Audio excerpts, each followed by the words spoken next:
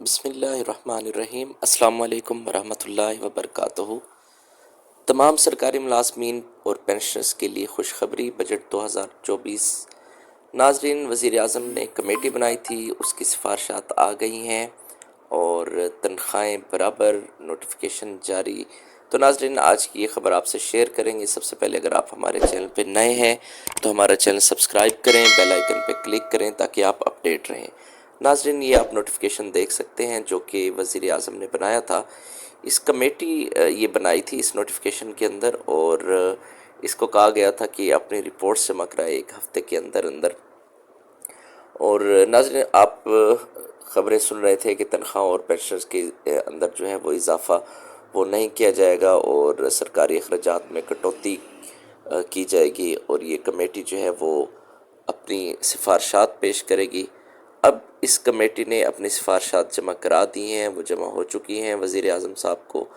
تو ہم آپ کو بتائیں گے کہ اس کے اندر کیا انہوں نے سفارشات پیش کی ہیں۔ سب سے بڑا جو مسئلہ تھا وہ تھا پینشنرز کا، اور اس کے ساتھ ساتھ جو سرکاری ملازمین کی جو تنخواہیں ہیں اس کا مسئلہ تھا۔ چونکہ آگے بجٹ آ رہا ہے تو سب کو یہی پرابلم تھی کہ کیا آیا کہ بجٹ کے اندر تنخواہیں انکریز ہو رہی ہیں یا نہیں ہو رہی، اور پینشن کے اندر کتنا اضافہ ہوگا یا نہیں ہوگا۔ تو ناظرین، یہ سب سے پہلے ہم آپ کو یہ بتاتے چلیں کہ یہ ایسے سول آرم فورسز کے جو لوگ ہیں، جو آرم فورسز کے اندر کام کر رہے ہیں، سویلینز کام کر رہے ہیں، ان کی جو پے ہے وہ آرم فورسز فوجی جوانوں کے برابر، جو فوجی حضرات ہیں ان کی جو تنخواہیں ہیں ان کے برابر کرنے کے لیے ایک مہم چلی ہوئی تھی، اور ریکویسٹ جو ہے نا وہ کی جا رہی تھی باقاعدہ طور پہ۔ اب آپ کو یہ بتائیں کہ یہ جو فائنانس ڈویژن ہے اس نے ایک نوٹیفیکیشن ایشو کیا ہے، جس کے اندر انہوں نے تمام ایسے لوگ جو کہ سویلین ہیں، آرم فورسز کے اندر کام کر رہے ہیں، ان کی تنخواہیں بھی آرم فورسز کے برابر کر دی گئی ہیں۔ تو یہ بڑی اچھی خوشخبری کی بات ہے۔ اس کے علاوہ بہت سارے ایسے ادارے ہیں جن کو پرائیویٹائز کیا جا رہا ہے، اس کی ایک لسٹ ہے جو کہ ہم نے پہلے بھی آپ کو ویڈیو کے اندر ایک شیئر کی تھی، اور ہم آپ کو بتائیں گے کہ ہم کیوں پرائیویٹائزیشن کی بات کر رہے ہیں، کیونکہ اس سے بہت سارے ایسے ملازمین ہیں جن کی آگے پینشن وابستہ ہونی ہے۔ تو ان کے لیے بھی ہم آپ کو بتائیں کہ اچھی خبر یہ ہے کہ اکارڈنگ ٹو رولز ان کو پینشن لازمی ملے گی، یا ان کے لیے گولڈن ہینڈ شیک کا کوئی نہ کوئی آپشن لایا جائے گا، اور اس کے تحت جو ہے وہ ان کو آپشن دیا جائے گا کہ وہ کام کرنا چاہتے ہیں تو کریں یا پھر چھوڑ دیں۔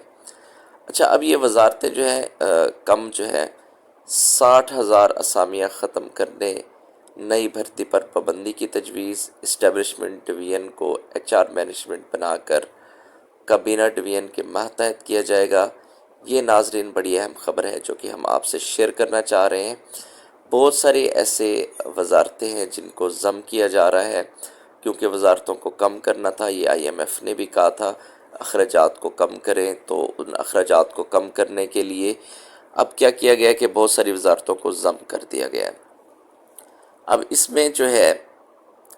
وفاقی حکومت نے وزارتوں اور ملازمین کی تعداد میں کمی کے لیے مختلف تجاویز مشاورت شروع کر دی ہے۔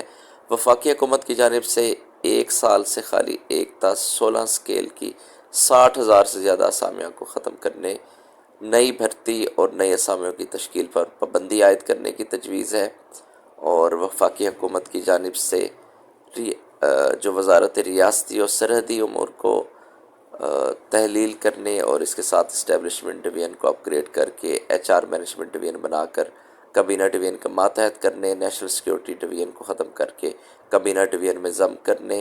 اور اسی طرح سے جو ہے نارکوٹکس کنٹرول کو ختم کر کے وزارت داخلہ میں ضم کرنے، وزارت قومی تاریخ و ثقافتی ورثہ کو ختم کر کے وزارت وفاقی تعلیم میں ضم کرنے، اور ریونیو ڈویژن کو وزارت خزانہ میں ضم کرنے کی تجویز ہے۔ اسی طرح سے بہت ساری ایسی وزارتیں ہیں جن کو ضم کیا جا رہا ہے۔ وفاقی حکومت کی جانب سے national food security and research اور موسمیاتی تبدیلی کو یکجا کر کے ایک وزارت موسمیاتی تبدیلی، فوڈ سیکیورٹی، دفاع اور دفاعی پیداوار کو یکجا کر کے وزارت دفاع و دفاعی پیداوار بنانے، وزارت توانائی اور پیٹرولیم کو یکجا کر کے وزارت انرجی ڈیولپمنٹ کی ایک وزارت بنانے، فائنانس، اقتصادی امور ڈویژن اور ریونیو کو اکٹھا کر کے وزارت خزانہ، ریونیو اور اقتصادی امور بنانے، وزارت قومی صحت اور federal education and professional training کو اکٹھا کر کے وزارت تعلیم و صحت، ہیومن ڈیولپمنٹ، ہیومن رائٹس اور تخفیف غربت اور سماجی تحفظ کو اکٹھا کر کے ہیومن رائٹس اور سماجی تحفظ کی ایک وزارت، اور سب سے اہم جو ہے وہ وزارت ریلوے، ہاؤسنگ اینڈ ورکس، مواصلات، میری ٹائم افیئرس، ایویشن کی وزارتوں کو یکجا کرنے کی وزارت انفراسٹرکچر ڈیولپمنٹ کی ایک وزارت بنانے، وزارت اطلاعات و نشریات کو اپ گریڈ کر کے وزارت انفارمیشن میڈیا بنانے، وزارت داخلہ اور نارکوٹکس کو یکجا کر کے داخلہ اور نیشنل سیکیورٹی کی ایک وزارت بنانے، science and technology, information technology and telecommunication کو یکجا کر کے ایک وزارت اور ٹیکنالوجی ڈیولپمنٹ بنانے، وزارت تجارت، ٹیکسٹائل اور صنعت و پیداوار کو یکجا کر کے ٹریڈ اینڈ انڈسٹری کی ایک وزارت بنانے کی تجویز ہے۔ تو ناظرین، یہ جو ہے بہت ساری وزارتوں کو ضم کیا جا رہا ہے۔ اب اس سے ہوگا کیا؟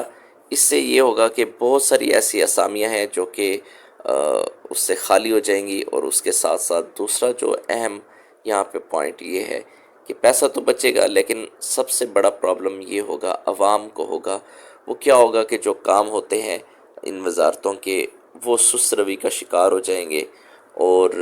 پہلے بھی آپ کو پتہ ہے کہ یہاں پہ ہمارے ہاں جو سسٹم ہے بہت سست روی کا شکار ہے، اور مزید سست روی کا شکار ہو جائے گا۔ الٹیمیٹ اس کا جو نقصان ہے وہ عام عوام کو ہوگا، اور عام عوام کی جو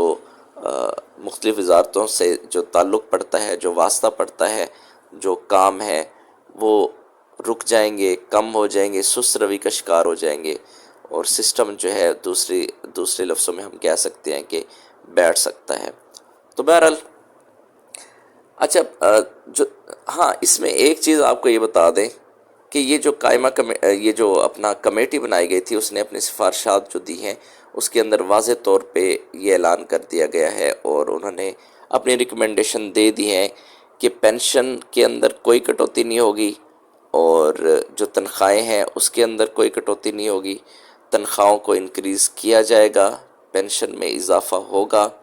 اب کتنا اضافہ کیا جائے گا تنخواہوں کے اندر، کتنا اضافہ کیا جائے گا پینشن کے اندر، یہ ابھی خبر آنا باقی ہے۔ تو انشاءاللہ تعالی جیسے ہی ہمیں یہ خبر موصول ہوتی ہے کہ کتنا اضافہ کیا جا رہا ہے تنخواہوں کے اندر، اور کتنا اضافہ کیا جا رہا ہے پینشنرز کی پینشن کے اندر، انشاءاللہ تعالی ہم آپ سے شیئر کریں گے۔ تو آپ کو اگر خبر اچھی لگی ہو تو اپنے دوستوں کے ساتھ ضرور شیئر کیجیے گا، کمنٹ سیکشن میں کمنٹس دیجیے گا۔ اپنا بہت سارا خیال رکھیے گا۔ اللہ حافظ، اللہ نگہبان، اور رمضان میں دعاؤں میں ضرور یاد رکھیں۔